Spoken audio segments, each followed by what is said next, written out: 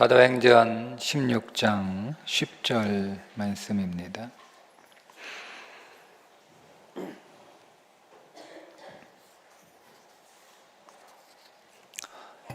우리 다 함께 읽겠습니다. 바울이 그 환상을 보았을 때 우리가 곧 마게도냐로 떠나기를 힘쓰니 이는 하나님이 저 사람들에게 복음을 전하라고 우리를 부르신 줄로 인정함이로라. 아멘. 성경은 하나님의 감동으로 된 것이다, 이렇게 말씀하고 있습니다. 그렇다면 우리의 신앙생활은 그 하나님의 감동으로 쓰여진 말씀 위에 세워져야 되기 때문에 우리의 모든 신앙생활 역시 하나님의 감동이 있어야 온전한 신앙생활을 할 수가 있습니다. 그런데 우리가 하나님의 감동으로 신앙생활을 하지 못하면 그 감동이 충동이 될 수 있다. 그게 오늘 여러분하고 함께 나누고 싶은 말씀의 요지입니다. 감동과 충동은 다르는데 여러분 이거 구분할 수 있나요? 내가 지금 하나님의 감동으로 교회를 사역하고 있는지 아니면 충동으로 교회를 사역하고 있는지 여러분 이거를 잘 구분하셔야 됩니다. 만약에 우리가 감동으로 사역하지 않고 충동으로 사역을 하게 되면 우리의 신앙생활은 또 교회는 어떻게 될까? 만약에 사도 바울이 두 번째 선교가 유럽 마게도냐 선교였는데 그것을 물론 하나님의 감동을 받았지만 그것이 하나님께로부터 받은 감동으로 인한 사역이 아니고 충동으로 인한 사역이었다면 사도 바울의 두 번째 마게도냐 선교는 어떻게 되었을까? 그걸 우리가 오늘 말씀 안에서 조금 다루면서 왜 우리의 사역이 충동이 아닌 감동으로 사역을 해야 되는지를 함께 나누려고 합니다. 바울의 애초에 두 번째 선교의 계획은 지금의 튀르키예, 소아시아, 지금의 튀르키예 지역을 전도하는 거였습니다. 그런데 성령께서 계속 바울의 그 길을 막으셨고 결국 마게도냐인의 환상을 통해서 마게도냐인이 이리로 오라 라는 환상을 보고 방향을 바꾸고 유럽으로 향하게 되었습니다. 질문은 이거예요. 사도 바울이 마게도냐인의 환상만 보고 두 번 생각하지 않고 그의 방향을 바꾸었다면 두 번째 선교 사역은 어떻게 되었을까를 한번 우리가 상상해 보는 겁니다. 자, 마게도냐의 첫 관문인 빌립보에 도착을 해서 바울이 아주 황당한 일을 겪잖아요. 억울한 일을 당합니다. 귀신 들린 여자가 계속 바울이 가는 곳마다 따라다니면서 방해를 하니까 그 여자가 불쌍하기도 해서 그 귀신을 쫓아냈더니 그 귀신 들린 점치는 여자를 고용한 주인들이 이제 귀신이 떠나갔으니까 점을 못 칠 거 아니에요. 그러니까 이제 영업 손실이 생긴 거예요. 그러니까 이 주인들이 바울과 실라를 고발해서 매질을 당하게 되고 옥에 갇히게 되었습니다. 여러분, 오늘 우리가 사역을 하게 되면 대부분의 성도들이 어떤 믿음의 감동이 왔기 때문에 그 사역을 하는 거잖아요. 하나님이 내게 감동을 주셔서 교회를 섬기고 또 교회를 건강하고 온전하게 세우려고 하는 하나님의 감동이구나. 그런 감동이 불같이 일어나서 또 순종하는 마음으로 사역을 하는데 사역을 하다 보면 억울한 소리도 듣습니다. 수치도 당합니다. 상처도 받습니다. 여러분 다 한 번씩 억울한 소리 들었죠? 다 한 번씩 수치 당했죠? 다 한 번씩 상처도 받았습니다. 그러면 여러분 어떻게 하셨습니까? 여러분이 하나님의 믿음의 감동을 통해서, 성령의 감동을 통해서 하나님의 몸된 교회를 세우기 위하여 그 사역에 뛰어들었는데 예상치 못한 억울한 말도 듣고 수치도 당하고 상처도 받아요. 그때 우리는 어떻게 했습니까? 일반적으로 보통 어떻게 하냐면 분노합니다. 두 번째, 비방합니다. 그것 가지고도 성이 안 차면 소란을 피웁니다.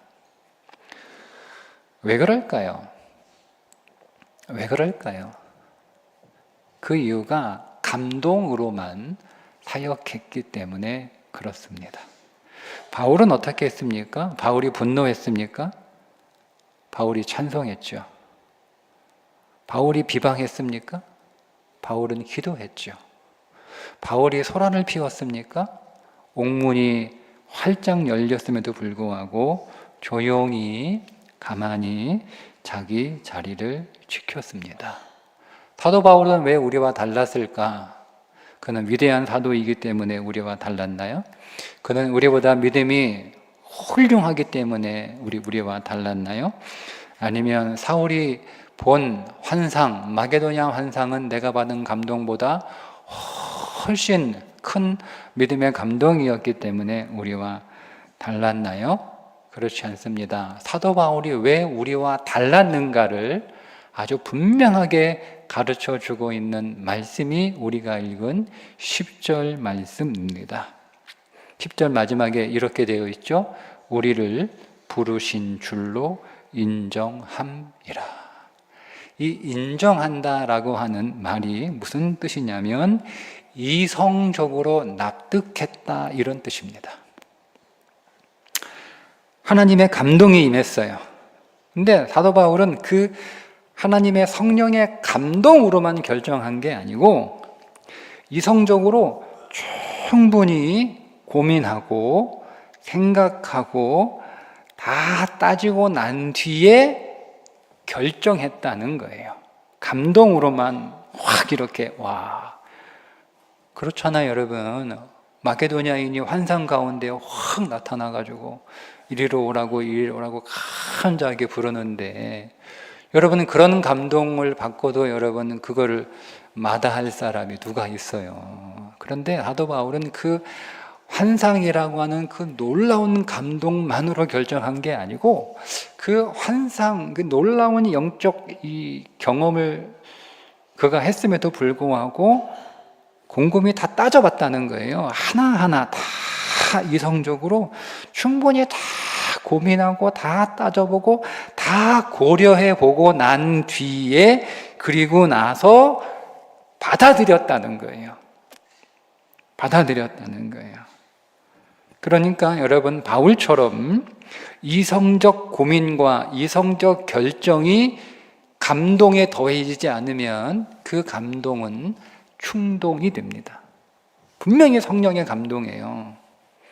그런데 그 성령의 감동이 충동이 될 수 있다라고 하는 것을 우리는 바울을 통해서 묵상하게 됩니다. 그러니까 감동을 받았음에도 불구하고 그게 이성적 납득과 수용이 아니라 그냥 그 감동으로만 사역하니까 감동이 뭐가 되는 거예요? 충동이 되는 거예요. 그러니까 충동이 되니까 어려운 일을 만나면 분노하고 비방하고 소란을 피우게 되는 거죠. 하지만 사도 바울은 충분히 이성적으로 따져봤어요. 내가 아무것도 준비하지 않았어요. 생각해 본 적도 없어요. 그런데 하나님이 계속 막으시고 마게도냐 환상을 통해서 마게도냐인으로 자꾸 가라고 나를 부르시는 거예요. 그러면 그로 인하여 생길 어려움들이 무엇인가를 바울은 곰곰이 아주 깊이 있게 그거를 하나하나 다 따져본 거예요. 그거를 다 따지고 감동만으로 결정한 게 아니고 이성적으로 충분히 고려하고 생각해서 받아들였기 때문에, 인격적으로 받아들였기 때문에 그게 인격입니다. 인격적으로 그 하나님의 인도하심을 받아들였기 때문에 그가 생각하지 못했던 어려움을 만난다 할지라도 그 어려움을 겪는 일을 당해도 흔들리지 않고 책임 있는 모습, 책임지는 모습을 우리들에게 보여주고 있는 거잖아요.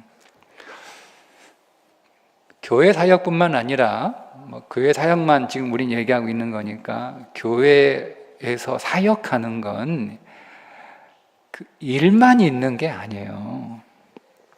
사역으로 인한 여러 가지 부스러기들이 있습니다. 그 일만 깔끔하게 딱 이렇게 하면 얼마나 좋아요. 저도요, 설교 하나만 깔끔하게 딱 하면 좋겠어요. 근데 설교해도 설교에 여러 가지 부스러기들이 나와요. 설교하면 뭐 대놓고 나한테 하는 설교다, 나를 타겟으로 하는 설교다, 뭐 이런 부스러기들 나오거든요. 그거 감당하는 거예요. 그거 다 예상하고. 그래야 하지. 내가 설교 이렇게 준비했는데 와가지고 그냥 뭐 이상한 소리 한다고, 에이씨, 설교 못하겠다 뭐 하고 때려치면 그거 제가 하겠습니까? 여러분 직장생활 그렇게 안 하잖아요. 그 모든 일은 다 부스러기가 나오게 돼 있어요. 그 부스러기를 책임지는 거예요. 그것도 내 책임이거든요. 그걸 또 내가 감당하는 거예요. 그러니까 바울은 책임을 진 거예요. 내가 이렇게 결정했기 때문에 뭐 하나님이 나를 떠밀러서 그렇게 막 강권적으로 계속 막고, 하나님이 계속 거듭거듭 하나님이 그 걸음을 막으시고 마치 방해하는 것처럼, 그래서 마게도냐 환상을 탁 보여주시고 마게도냐로 불렀으니까 내가 가고 싶어 간 거 아니잖아요. 내가 원해서 간 거 아니잖아요. 그러니까 하나님이 못 가게 내가 가려고 하는 방향 막아가지고, 그래도 자꾸 하나님이 그쪽으로 인도하니까 나도 마지못해 간 거 아니에요. 그래도 내가 선택하고 내가 결정하는 거기 때문에 그 모든 그 이후에 이루어지는 일들은 자기가 책임져야 되는 거예요. 그게 믿음이에요. 그게 믿음. 그래서 긍휼의 마음으로, 바울이 귀신이 왜 그 여자가 너무 방해도 많았지만 그래도 그 여자가 너무 불쌍해서 하나님의 마음으로 귀신을 쫓아낸 거란 말이에요.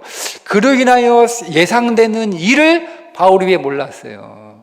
분명히 저 점치는 여자를 고용한 주인들이 있을 것이고, 내가 저 여자에게서 귀신을 쫓아내면 분명히 영업 손실이 생길 것이니 내가 그로 인하여 어려움을 당할 거라고 충분히 예상을 했어요. 물론 그 예상보다 더 심각한 일이 벌어지긴 했지만 그 예상을 한 거예요.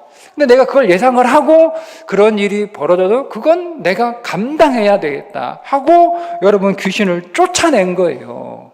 그래서 그 일로 인하여 여러분이 얼마나 이게 여러분 하나님의 일입니까? 근데 그 일로 인하여 내가 당해야 될 어려움과 고통이 있다면 그거 내가 책임지겠다는 거예요. 왜? 충분히 내가 예상했고 그걸 내가 따져봤고 근데 그걸 내가 받아들이겠다라고 내가 선택했기 때문에. 여러분, 그래서 감동은 감당으로 이어져야 됩니다. 감동만 받고 감당하지 않겠다라고 하면 그 감동은 충동이 됩니다. 다니엘 기도의 마지막 20일 간증자가 양정숙 권사입니다. 여러분 보셨으면 잘 아시겠죠? 기억나시죠? 딸과 함께 보육원에 봉사하러 갔는데 마침 그날 그 보육원 앞에 이불에 쌓여 갓난아이가 버려졌어요. 그래서 그 버려진 갓난아이를 품에 안고 들어와서 그 포대기를 이렇게 풀던 순간 깜짝 놀랐다. 왜? 그 포대기 속에 있는 아이가 두 다리가 없고 오른손 손가락 세 개가 없는 아이였기 때문에 깜짝 놀란 거예요. 그런데 이상하게도 그 아이가 이 양정숙 권사의 눈에 너무 예뻤다는 거잖아요.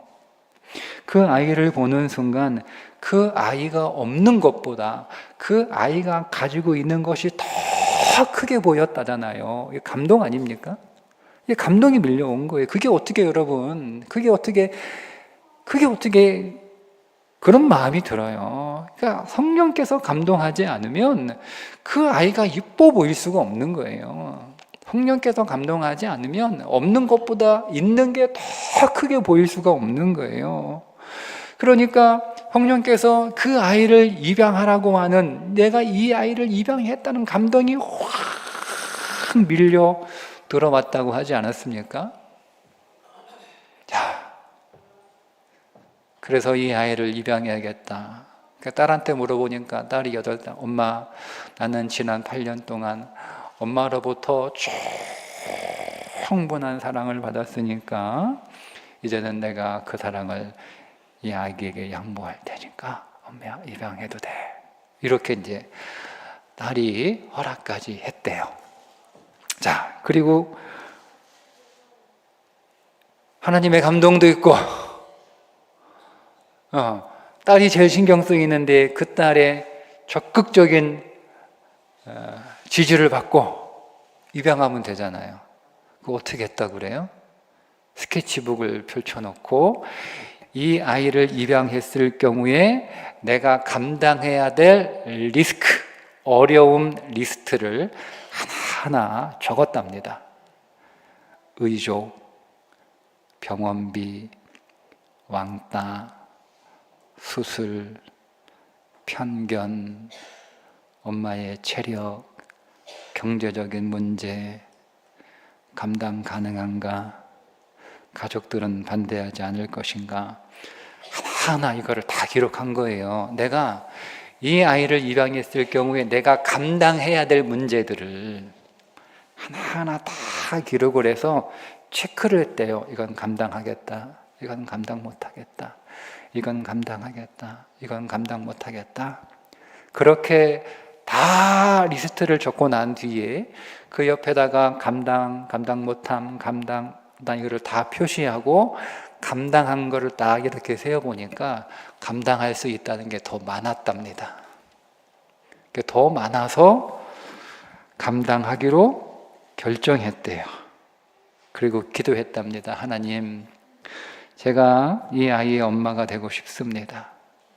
지식은 없어도 지혜를 가르칠 수 있는 엄마 되게 해주시고 제 품에 이 아이를 맡겨주세요. 이렇게 만약에 감동은 밀려왔어요. 그 아이가 너무 예뻐 보이는 거예요. 없는 것보다 있는 게 더 크게 보였어요. 그 입양해야겠다는 마음이 확 불처럼 일어났어요. 그래놓고 덥석 그게 하나님의 감동, 성령의 감동인 줄 알고 입양을 해버렸어. 근데 내가 뭘 감당해야 되는지 준비는 안 돼 있는 거야. 그냥 감동만 있었던 거죠. 예? 그래서 입양을 해버리면 여러분 어떻게 되었을까? 여러분, 왜 많은 입양한 사람들이 입양하고 나서 왜 파양하는 줄 아세요? 충동적으로 입양했기 때문은 아닌가? 뭐 저는 당사자가 아니기 때문에 그렇게 쉽게 얘기할 건 아니지만 내 몸으로 난 자식 키우는 것도 쉽지 않은데 입양한 아이 키우는 게 그게 보통 일이 아니거든요. 감당해야 될 일이 몇 배는 더 크다고 얘기해요. 친구들이 입양을 했기 때문에 그래도 뭐 간접적으로 좀 들어요. 근데 이게 그냥 내가 감동만 있고 감당할 마음은 없는 거예요. 뭘 감당해야 되는지도 모르는 거죠. 그런 준비도 안 하는 거예요. 그런 고민도 안 해본 거예요. 그렇게 그냥 감당 감당할 생각 없이 그냥 감동만 받아가지고 그렇게 입양을 만약에 했다면, 양정숙 권사가 했다면, 여러분 들으셨잖아요. 그렇게 키워낼 수 있었겠어요? 하나님의 감동으로 입양했다고 해서 뭐 왕따를 안 당합니까? 뭐 수술을 안 합니까? 편견 속에서 다 그런 게 있는 거예요. 여러분, 우리는요, 내가 좋은 일하고 내가 선한 일하고 이게 주님의 일이니까 우리는 너무 낭만적으로 생각해서 좋은 일만 있을 거라고 여러분 기대하시는데, 그렇지 않습니다. 내가 주님의 일을 하고 내가 주님의 뜻에 순종하고 내가 아무리 선한 일을 해도요, 그거 싫어하는 사람이 있고 비방하는 사람이 있고 방해하는 사람이 있고 안 도와주는 사람이 있어요. 항상 일을 하다 보면 쓰레기는 항상 나오게 돼 있어요. 이제 성탄절이라 이제 어제부터 성탄 장식하려고 지금 모여서 준비하는데, 성탄 장식 이것저것 이렇게 데코 하잖아요, 그죠? 그러면 쓰레기 나와요, 안 나와요? 쓰레기 나오죠. 그 쓰레기 누가 치워요? 그 쓰레기 누가 치워요? 성탄 데코 하는 사람이 치우는 거예요, 쓰레기. 근데 나는 성탄 데코만 하고 나는 쓰레기는 안 치우겠다. 그럼 어떻게 되는 거야? 그럼 쓰레기 누가 치워? 쓰레기 누가 치워? 그러니까 여러분 보세요. 지금 오늘 성탄 데코하려고 어제 모이고 회의하고 있던 분들은 당연히 성탄을 장식하면서 나오는 쓰레기는 내가 치워야 한다고 생각을 다 할 거 아니에요. 성탄 장식만 해놓고 그냥 나 장식 다 했으니까 나 몰라고 훅 이렇게 가는 사람 없잖아요. 에? 어제 하남전도 왜 오늘 성결인데 왜 그 성겨 보겠다고 그냥 어제 남자들이 막 파 다듬고 막 온 주방 다 뒤집어 놓고 그래 놓고 만약에 그냥 가버려. 그 설거지 누가 해요? 설거지 누가 해요? 내가 해요? 누가 해? 그럼 그 자기들이 다 하는 거예요. 자기들이 음식을 준비하면서 나오는 음식 쓰레기 설거지는 음식을 준비하는 내가 다 감당을 하겠다라고 마음 먹고 음식도 잘 준비하지만 거기서 나오는 음식 쓰레기 뭐 이런 것도 다 깨끗하게 다 청소해. 오늘 아침에 와보니까 청소 다 돼 있었잖아요. 그죠? 탁탁탁탁 이렇게 막 설거지 해가지고 엎어놓고 물기다 빼놓고 깨끗하게 하고 갔더만. 예. 그러니까 일하는 사람들은요, 반드시 일하면 쓰레기가 나와요. 근데 그 쓰레기를 내가 치우는 거예요. 그거 내가 감당하는 거예요. 쓰레기 안 나오는 일이 어디 있어요? 모든 사역은 다 쓰레기 나와요. 근데 그것까지 내 몫인 거예요. 그것까지 내가 감당해야 되는 거예요. 그럴 때 오늘 우리가 성령에 감동된 것이 진정한 감동이 되는 거지, 나는 쓰레기 안 치우겠다라고 얘기하면 그건 충동이에요. 충동이에요. 여러분 감동을 받았으면 여러분 두 가지 하셔야 되는데, 말씀 안에서 훈련되고 기도로 준비하셔야 됩니다. 막 감동이 불길처럼 일어난다고 막 이렇게 앞뒤 안 가리고 여러분 막 달려들면 여러분 충동이 되기가 쉽습니다. 거의 충동입니다. 기도하면서 말씀 안에서 하나님이 제게 이런 감동을 주셨는데, 하나님 이 일을 하게 될 때 일어나는 일들은 어떤 것인지 하나님 지혜 주시고 보여주시고 깨닫게 하시고, 이런 것들이 예상이 돼요. 그럼 하나님, 제가 감당하겠습니다. 감당하겠습니다. 그렇게 여러분 우리가 하나님 앞에 인정함이로라, 이성적으로 탁 받아들이고 그렇게 탁 수용을 할 때 그때 그 사역은 감동을 주는 사역이 되는 거예요. 오늘 여러분 사도 바울이요, 하나님의 감동으로 빌립보에 왔는데 억울한 일을 당한 거예요. 괜히 여자 하나 살리려다가 괜히 고발당하고 억울한 매일 감옥에 갇혀가지고. 근데 어떻게 했어요? 사도 바울이 분노하는 대신 찬송하고 비방하는 대신 기도하고 소란 피우는 대신 가만히 앉아있으니까 누가 감동합니까? 간수가 감동하잖아요. 간수가 감동하잖아요. 그래서 어떻게 돼요? 그 바울을 데려다가 온 가족 모아놓고 바울로부터 복음을 들어 그 간수가 뭐가 됩니까? 빌립보 교회의 동역자가 됩니다.